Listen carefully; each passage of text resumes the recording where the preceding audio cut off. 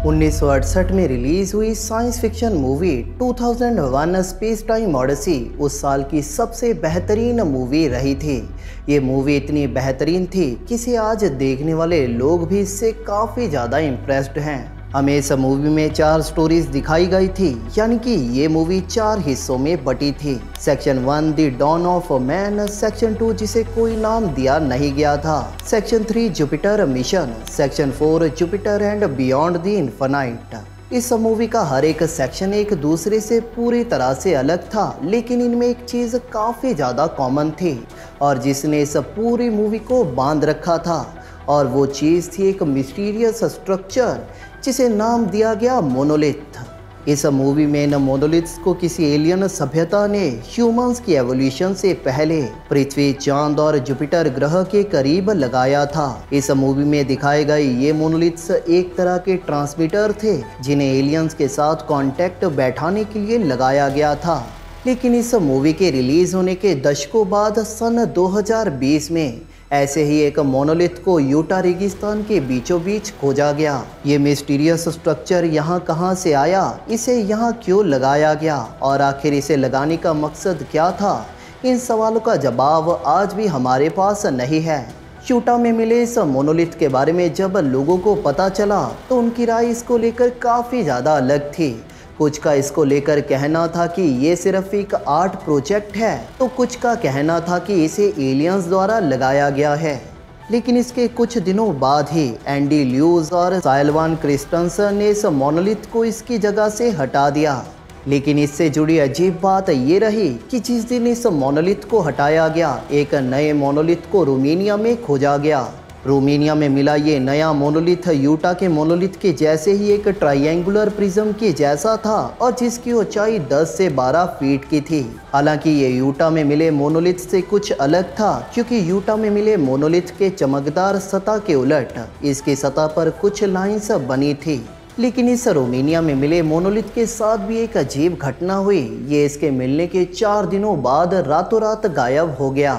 जिस दिन ये गायब हुआ उसी दिन एक नए मोनोलिथ को कैलिफोर्निया में खोजा गया। ये नया मोनोलिथ भी एक ट्रायंगुलर प्रिज्म के जैसा था और जिसकी ऊंचाई 10 फीट की थी। इस नए मोनोलिथ की सतह भी काफ़ी चमकदार थी। इसे कुछ लोगों के ग्रुप ने वहाँ से हटा दिया और जिसको हटाने के पीछे उनका रिलीजियस बिलीफ था। इसके कुछ दिनों बाद एक चौथे मोनोलिथ को न्यू मैक्सिको में खोजा गया, लेकिन जिसे उसी दिन हटा दिया गया। इन मोनोलिथ्स के ऊपर कई थ्योरीज दी गई, लेकिन इनके पीछे की सच्चाई के बारे में आज भी कोई नहीं जानता।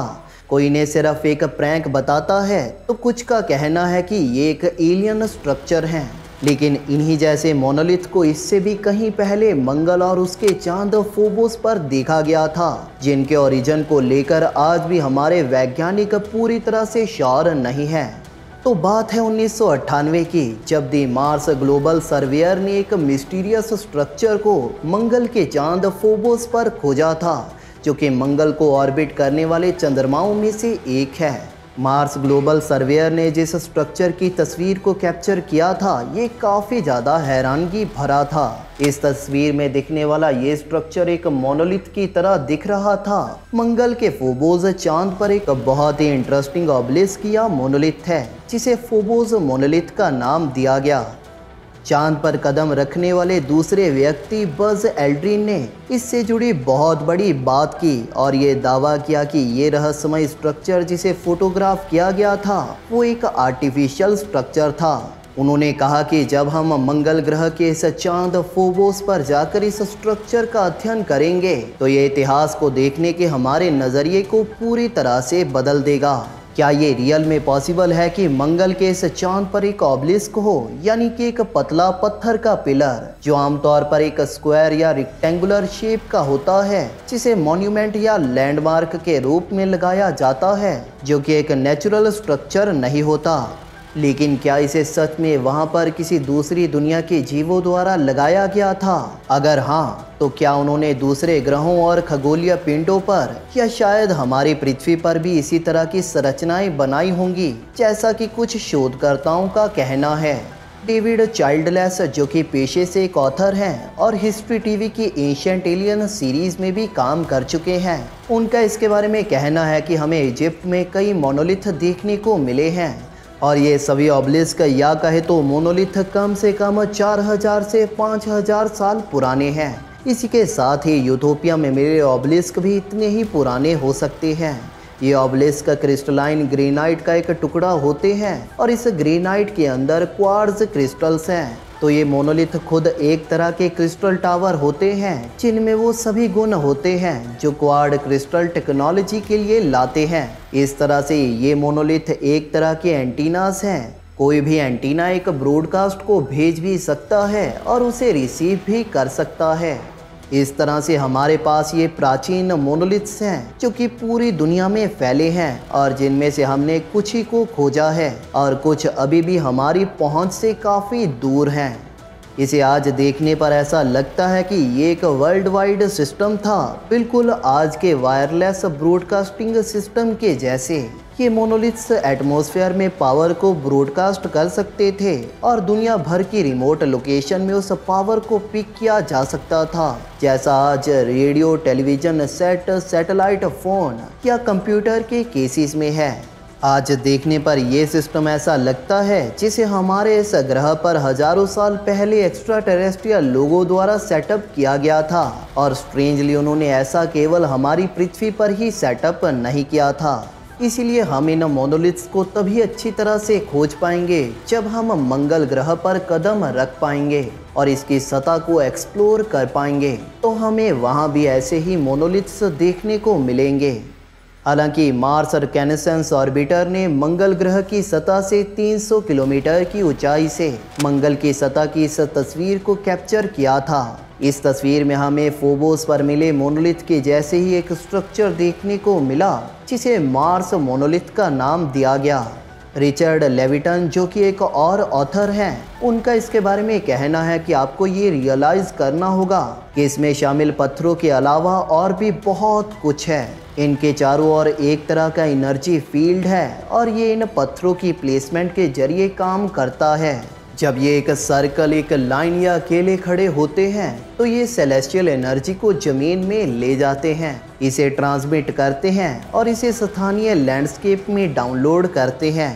ये सेलेस्टियल और गैलेक्टिक रेल्म से पृथ्वी पर एक प्रकार का पैसिव कंटिन्यूस इनपुट होता था। दुनिया भर में खड़े ये ऊंचे पत्थर आसानी से हमारे ग्रह के चारों ओर और किसी प्रकार की एनर्जी ग्रिड का हिस्सा हो सकते हैं जो सभी एंशिएंट कल्चर्स को जोड़ने, पृथ्वी की एनर्जी को दुनिया के अलग अलग हिस्सों तक पहुंचाने, किसी तरह कॉस्मिक एनर्जी को अर्थ की एनर्जी के साथ जोड़ने और अलग अलग पर्पस को पूरा करने के लिए इस्तेमाल किए जाते थे, जिसे आज हमने समझना शुरू किया है। इस प्रकार के मेगालिथिक लैंडस्केप को कई जगहों पर अवेयरनेस के हाई नोड्स बनाने के लिए डिज़ाइन किया गया था। इन सभी के इम्प्लिसिट एनर्जी एस्पेक्ट और वहाँ के लैंडस्केप के ग्रेडियंट का फ़ायदा उठाया जा सके। सैम जो कि एक ऑथर और बिजनेसमैन हैं, उनका इसके बारे में कहना है कि इन स्टोन्स के लोकेशन बेहद खास है। एग्जाम्पल के लिए स्टोनहेंज, जिनके बारे में हम जानते हैं कि इनको अंडरग्राउंड वाटर फ्लोज के सही ऊपर लगाया गया था। जब इनके नीचे का वो पानी चलता है तो वो एनर्जी जनरेट करता है, जिसके बाद ये स्टोन्स एनर्जी रिसीव करते हैं और धीरे धीरे इसे छोड़ते हैं। प्राचीन लोग जब इन मोनोलिथ्स के पास रहते थे तो वो इन्हें टच करते थे और इनसे एनर्जी रिसीव करते थे। रिचर्ड लेविटन कहते हैं कि अगर इन पत्थरों को एक पैटर्न में अरेंज किया जाता है तो ये एक प्रकार की कॉन्शियसनेस की ज्योमेट्री पैदा करेगा जो उनके निकट रहने वाले लोगों पर अपलिफ्टिंग इफेक्ट डालेगी। दुनिया भर में चाहे वो बोस्निया में पत्थर के गोले हों या एब्बरी में मेगालिथिक मॉन्यूमेंट, हम जो देख रहे हैं वो ये है कि हमारे पूर्वज हमें कह रहे थे कि ये पत्थर खास हैं। ये एनर्जी एक आत्मा हमारे पूर्वजों की आत्माओं और देवताओं को होल्ड करने में सक्षम है और इसीलिए हम दुनिया भर में जो देखते हैं वो ये मोनोलिथ्स हैं, क्योंकि दुनिया भर में हम अपनी मानव जाति और देवताओं की दुनिया के बीच इस कड़ी को स्थापित करने की कोशिश कर रहे थे। मोनोलिथ्स डिज़ाइन द्वारा इंटरकनेक्टेड हैं, पृथ्वी की एनर्जी में टैप करते हैं और सेलेस्टियल बीइंग से जोड़ने के लिए एक संकेत के रूप में काम करते हैं। क्या ये रियल में पॉसिबल है कि ancient monoliths advanced extra terrestrial power रखते थे?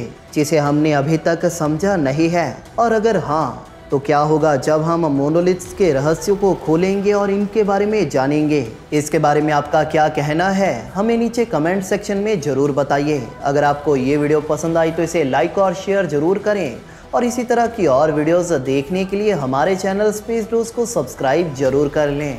बेल नोटिफिकेशन ऑन करना ना भूलें ताकि नई वीडियोस के नोटिफिकेशन आपको अपलोड होते ही मिल जाए। थैंक यू फॉर वॉचिंग दोस्तों। इस वीडियो को अंत तक देखने के लिए आप सभी का धन्यवाद।